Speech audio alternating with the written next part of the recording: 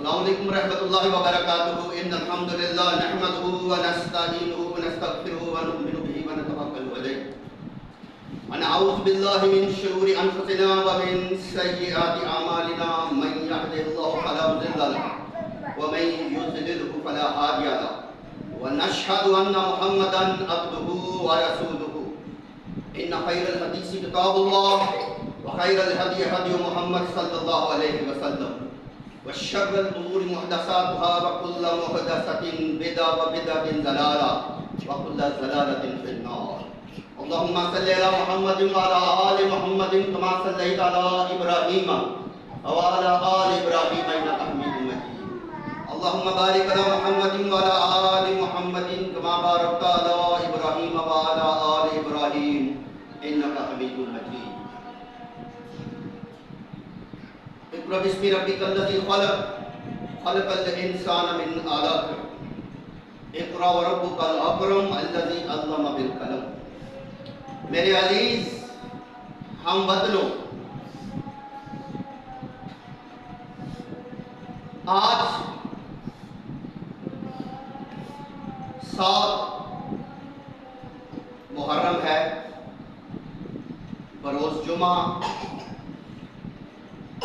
جولائی 2025. میں آپ کے سامنے آپ سے ہم کلام ہوں. اس وقت پاکستان میں، ہندوستان میں، بنگلہ دیش میں، افغانستان میں اور ایران میں ایک اس طرح کا اسلام پیدا کیا جا چکا ہے کہ جس کی مثال، جس کی نظیر، جس کی کوئی دلیل قرون اولیٰ سے نہیں ملتی. مطلب کہ صحابہ کرام کے دور سے، نبی مکرم کے دور سے اس طرح کے اسلام کی کوئی مثال نہیں ملتی. وہ بنا کیسے؟ وہ یوں کہ آج پاکستان کے اندر مسجد کسی بھی میں چلے جائیں، کسی بھی مسجد میں آپ چلے جائیں، آپ کو ممبر پر جو بیٹھا ہوتا ہے، آپ اسے خطیب کہہ لیں، مولانا کہہ لیں، علامہ کہہ لیں، فہامہ کہہ لیں، شیخ الحدیث کہہ لیں، اس کی شکل و صورت، اس کا لباس، اس کا رنگ ڈھنگ، اس کی چال باقی تمام نمازوں سے الگ ہوتا ہے.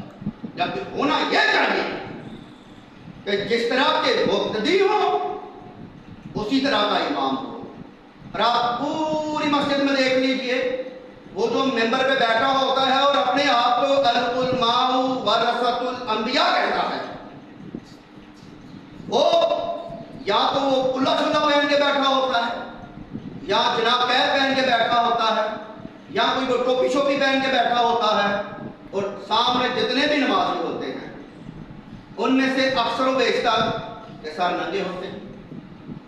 اور بریلویوں دیوبندیوں کی مسجد میں پلاسٹک کی ٹوپیاں ہوتی ہیں. اور ہمارے ہاں یہ تصور قائم کر دیا گیا ہوا ہے کہ ننگے سر نماز نہیں ہوتی. اور بھائی اگر ننگے سر نماز نہیں ہوتی تو ننگے پاؤں کیسے ہو جاتی ہے؟ ننگے سر اگر نماز نہیں ہوتی تو ننگے پاؤں کیسے ہو جاتی ہے؟ اگر آپ اسلامی تاریخ کا مطالعہ کریں اور نبی مکرم کے ارشادات کا مطالعہ کریں تو نبی مکرم نے فرمایا کہ یہود و نصارہ اپنی اپنی عبادت گاہوں میں جوتے اتار کے آتے ہیں، تم پہن کے آیا کرو. نبی مکرم صلی اللہ علیہ وآلہ وسلم نے بھی، صحابہ کرام نے بھی مسجد نبوی میں ہر نماز جوتوں سمیت ادا کی. تمہیں سر پہ کپڑا رکھنا، ٹوپی رکھنا، جنیب داغ رکھنا، کلا رکھنا، پگڑی رکھنی یاد آ جاتی ہے. سر ڈھانپنا تمہیں یاد آ جاتا ہے، پاؤں ڈھانپنا تم بھول جاتے ہیں. بھائی اگر سنت کی پیروی کرنی ہے تو مکمل طرح سے کرو. میرے نبی نے اگر سر پہ کپڑا رکھ کے یا کلا پہن کے یا پگڑی پہن کے امامت کروائی ہے تو پاؤں میں جوتی بھی ہوتی تھی، پاؤں میں جوتی بھی ہوتی تھی اور سارے کے سارے صحابہ کرام جوتیوں سمیت ہر نماز ادا کرتے تھے. تمہیں بدقسمتی یہ ہے اس 4-5 ممالک میں اہل حدیثوں کو لے لو, دیوبندیوں کو لے لو, بریلویوں کو لے لو, شیعوں کو لے لو, ہر ایک کی مسجد کا رنگ ڈھنگ چال ڈھال الگ, ہر ایک کے مولوی کی وضاحت الگ. یہ کیا تم لوگوں نے خرافات پیدا کر لی ہوئی ہیں. میں آج پچھلے جمعے میں بھی میں نے ٹوپی سر پہ نہیں پہنی تھی, آج بھی میں بغیر ٹوپی کے خطبہ جمعہ نشر کر رہا ہوں تو میں کوئی گناہ نہیں کر رہا. وجہ یہ ہے کہ بھائی اللہ کے نبی نے ننگے سر بھی نماز ادا کی ہے, ننگے سر بھی نماز ادا کی ہے. اور یہ یاد رکھ لیجیے, تم لوگوں نے جو امام کی شکل و صورت وجہ قطع بنا لی ہوئی ہے, مقتدیوں کی بھی ایسی ہونی چاہیے, مقتدیوں کی بھی ایسی ہونی چاہیے, لیکن ایسا نہیں ہوتا. یہی وجہ ہے کہ یہ 10 محرم آ رہا ہے, اتوار والے دن سارے ملک کا ماحول ہی بدل جائے گا. اس طرح کا اسلام صحابہ کے دور میں نہیں تھا.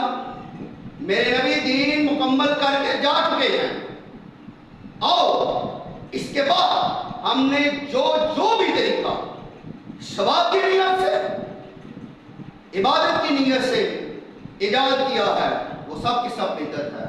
اللہ تعالی ہمیں اس طرح کی تمام بدعات سے بچنے کی توفیق عطا کرے. وآخر دعوانا الحمدللہ رب العالمین. اقول قولی ھذا استغفر اللہ لی ولکم اجمعین. یا ربی لک الحمد کما ینبغی لجلالک وجہک وعظیم سلطانک. استغفر اللہ لی ولکم اجمعین. یا ربی لک الحمد کما ینبغی لجلالک وجہک وعظیم سلطانک.